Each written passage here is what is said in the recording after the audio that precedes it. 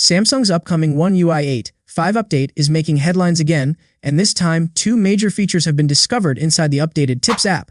Because Samsung placed them there, it's clear that these features are meant to be used by everyone and not hidden in Menace. The two new additions are called Direct Voicemail and Private Album.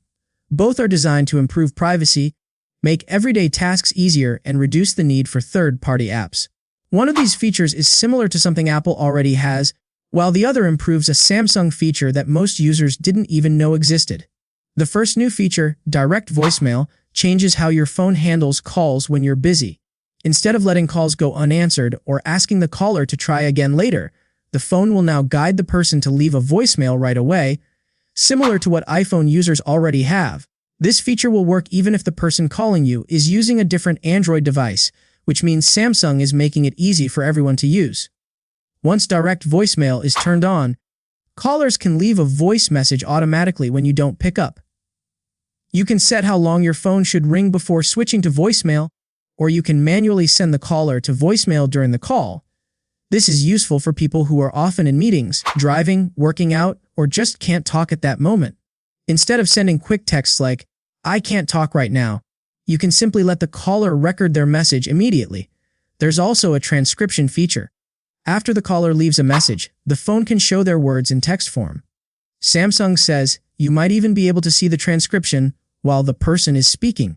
This is helpful when you need information but can't listen to audio, such as when you're in public or somewhere quiet. It's a very practical update and brings Samsung closer to Apple's voicemail experience, but with the flexibility of Android. The second major feature is Private Album. Samsung already had a hidden option for hiding photos, but it was buried inside Gallery Labs, a developer settings area that most people never visit. Because of that, very few users actually use the feature. With One UI 8.5, Samsung is finally making Private Album a normal part of the Gallery app. It will appear as its own folder, but opening it will require your fingerprint or face unlock. This gives users a simple and secure way to store personal photos or videos. People often use third-party apps for this, but now Samsung is building it directly into the phone. The goal isn't extreme security, but everyday protection. You can keep personal screenshots, ID scans, documents, or private family pictures safe from anyone who might casually browse your phone. Without biometric verification, the folder won't open. Samsung is expected to begin the One UI 8.5 beta very soon. Leaks suggest that the public beta will start on December 8, and the first devices to receive it will be the Galaxy S25 series. Samsung usually tests new software on its latest flagship phones before older ones, and this time seems no different. There's also new information about how the beta will roll out.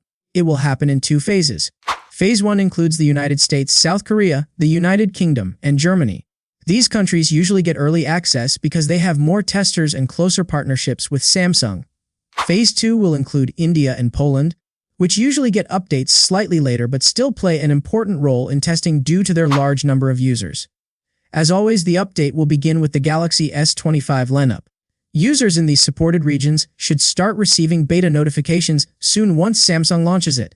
But users outside these areas should not expect to join the beta. Even using a VPN won't work because Samsung locks beta access based on the device's region, not the network.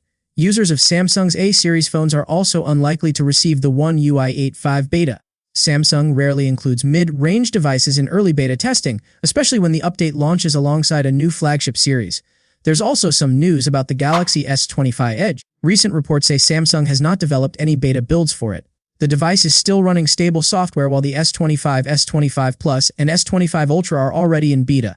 This suggests the S25 Edge may skip the beta entirely and get the stable update later. Foldables like the Galaxy Z Fold 7 and older flagships like the S24 series are already being tested internally, but they will also likely skip the beta.